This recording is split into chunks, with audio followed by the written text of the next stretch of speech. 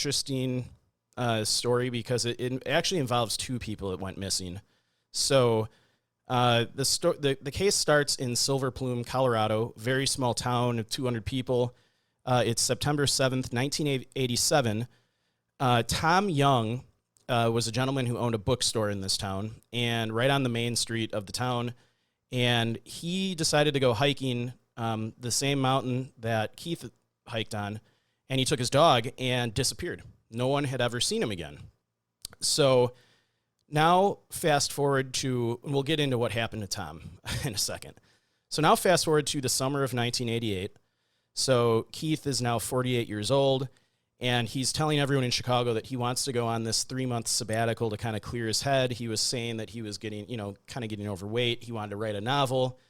And so he left his job, and he had a friend that lived out in Colorado. I believe his name is Ted, who owned a business and has always been kind of filling his head with, it's a pretty sleepy little town out here. It's more relaxed, low-key, things move slower, which sounds appealing. It sounds very appealing. Especially if you live in a big city like Chicago. So, everyone could probably use a recharge like that. So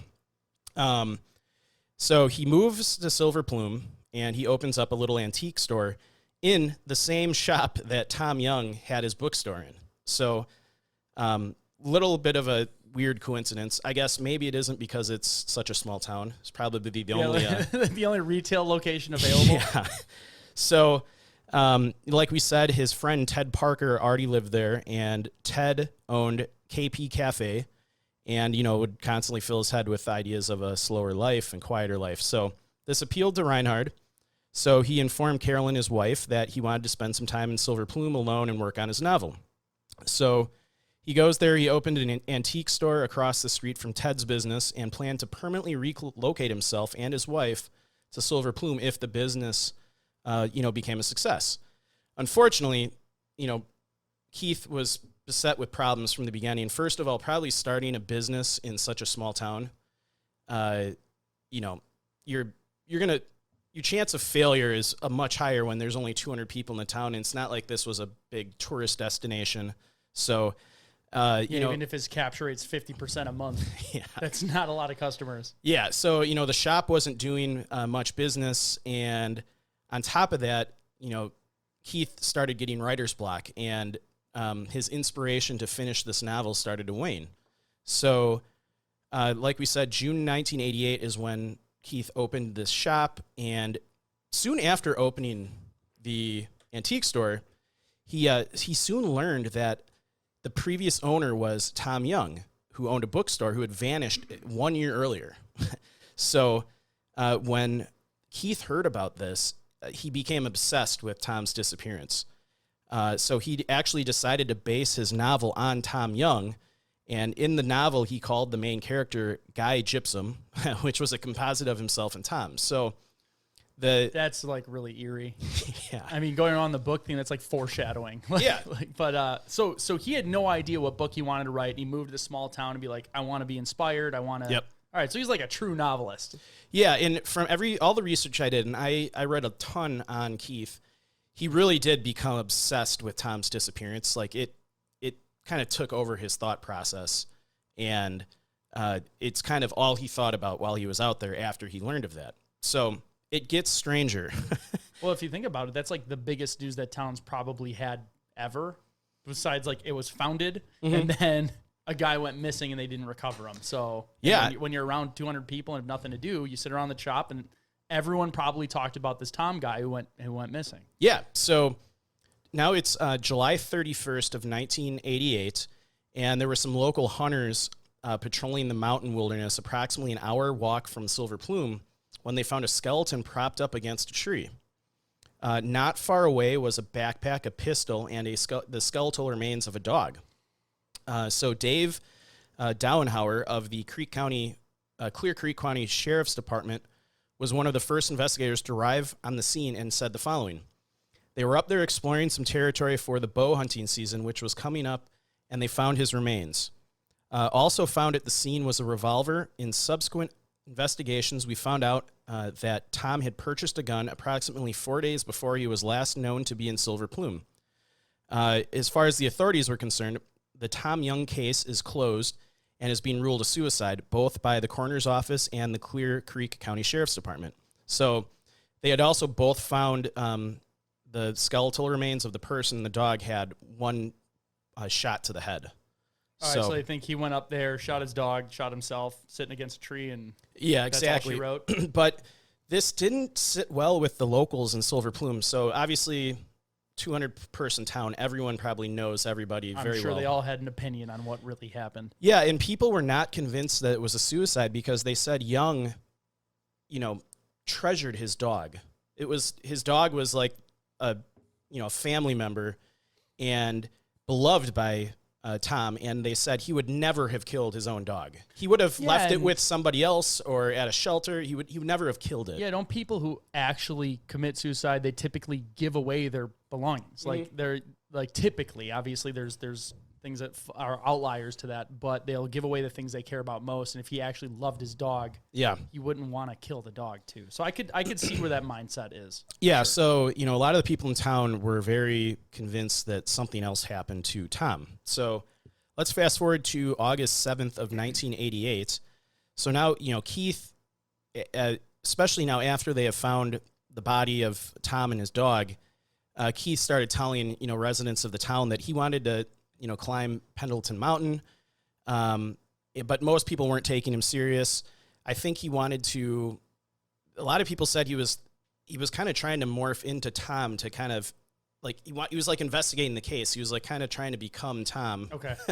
Like get inside of his head, get inside of his actions, and then so write the book. Some people speculated that he wanted to climb this mountain in the same area that Tom would have done to try to help write his book. But none of the people in town took him serious, really. Keith's friend, Ted Parker, said the following. He was in the cafe and told me he was going to make it to the top of the mountain. If I don't come back, call the rescue team. And he said that in jest. I have this picture of him pointing to the mountain and saying goodbye.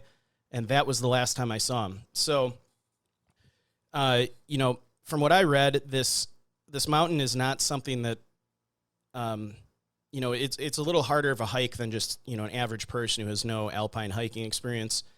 Yeah, I was looking at some of the images. It's not an easy one. No. And it's not in a major park, so it's not going to be trafficked a lot, at least at this time. And this actually wasn't even his first attempt. Friends recalled that his previous attempt ended when he showed signs of vertigo. So he already tried to do this once and had experienced altitude sickness. And so, and he, you could tell he was a little out of shape too, so that may have factored into it a bit. So around 4:30 in the afternoon that day, Keith was last seen walking towards Pendleton Mountain, and far too late in the day to begin a difficult 6-hour hike. That's just one way. So 6 hours one way. Yeah. And he's starting at 4:30 in the afternoon. Oh, that's terrible. That's like the worst decision ever right out of the gate. So that may have been there and back. I'm not 100% sure on that, but either way, Joe and I never hike once it's dark out, especially in alpine leave for conditions. Summit at noon. Yeah, I mean you want to be on summit around noon or earlier and start heading back. Yeah, like that's the general rule of thumb. It can differ, but typically, if I can't make it from the ground to summit by noon, I'm going to find a camp along the way where you can camp, spend the night, wake up early the next morning, and then summit that next day. Yeah, and you always want to add in a few, an hour or two for unexpected issues. So maybe you're just not feeling it that day. Always come up. Yeah, and you're just going slower. I mean, some days, maybe you're dehydrated and you're hiking slower. So, he set a deadline of 10 p.m. for his return, and residents of Silver Plume said they saw him walking to the mountain with no supplies. So a couple big mistakes here he's making. He's going unprepared. He's, like Joe said, leaving at 4:30 in the afternoon. At this time of the year, sunset in Silver Plume is about 8 p.m. So, he's going to have several hours of alpine mountain hiking in the dark, which by himself, and no supplies, so I'm assuming he doesn't have a headlamp or flashlight, so he's literally going to be hiking in the dark, which is extremely dangerous, and even the most experienced backcountry hikers will not do that. I mean, if you have headlamps and you absolutely have to get down the mountain at night, obviously you do that. But it's like Joe said, whenever we hike, if we know we can't get to the top and back in one day, you find a campsite or you backcountry camp and just, you break it into 2 days. It's not worth dying over. No, absolutely. So here's some of the issues that some of the people in town said he probably faced because of his decision to start the mountain hike this late. Like we said, the sunset was at 8 p.m. and the elevation is over 12,000 feet on Pendleton Mountain, and he already has a history of altitude sickness, so there's a good chance that he's going to experience that again, especially since it doesn't sound like he had any water with him or food or any kind of painkillers to ease the symptoms. And there is some wildlife you got to keep track of in this area. There's mountain lions, bears. I also read there's moose in the Arapahoe National Forest. And honestly, after being in Alaska, I would say probably moose are his biggest threat. Yeah, moose are scary. I've been chased by a bull moose before. It's not fun. Yeah, it chased you. You were kayaking, and it got into the water and swam after you. Yeah, well, so I'll tell a story quick. So I was with Jack. Yeah. We're in the Boundary Waters in Minnesota, and most of it is kayaking. You're going lake to lake, and you have to portage to get your stuff over. So we were trying to find the portage. It was overgrown. We were going pretty deep up there. So he pulled up. I jumped out in some low water, and he backed the canoe out while I was just going along shore. And moose graze underwater. Yeah. So we didn't even see this thing. All of a sudden, it pops up out of the water. It's far off. It's like 50 yards off. Yeah. And starts running around, and it's like taking trees out and running. And I ran, and Jack was paddling back, and I jumped from shore and landed in the canoe. I don't know how far I jumped, but Jack said it was a ridiculous distance that he didn't think I would be able to jump. So it was like all adrenaline. Yeah. And it just stared at us, and we just rode away as fast as we could because they're terrifying. If no one has ever seen a moose in person, they are massive. They have poor eyesight, and if it's mating season, the bulls are very aggressive, and when